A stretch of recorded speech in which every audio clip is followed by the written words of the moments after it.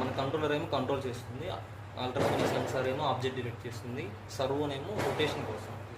Okay, ఈ RPM motor tyres తిరిగినాయి. Okay, నేను start చేస్తున్నా. దీని ఏమేంటంటే ఏదైనా ఆబ్జెక్ట్ వచ్చిందంటే ఫస్ట్ చెక్ చేసుకుంటుంది ఎటు సైడ్ ఖాళీ ఉందా అని.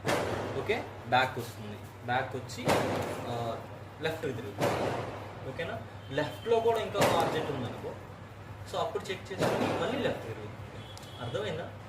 ఓకే, సో ఇప్పుడు నేను స్టార్ట్ చేస్తున్నాను. ఇది ఆబ్జెక్ట్ వాల్ అనుకుందాం. ఓకే, ఇక్కడ వరకు వచ్చి సో ఇలా రొటేషన్ అవ్వాలి.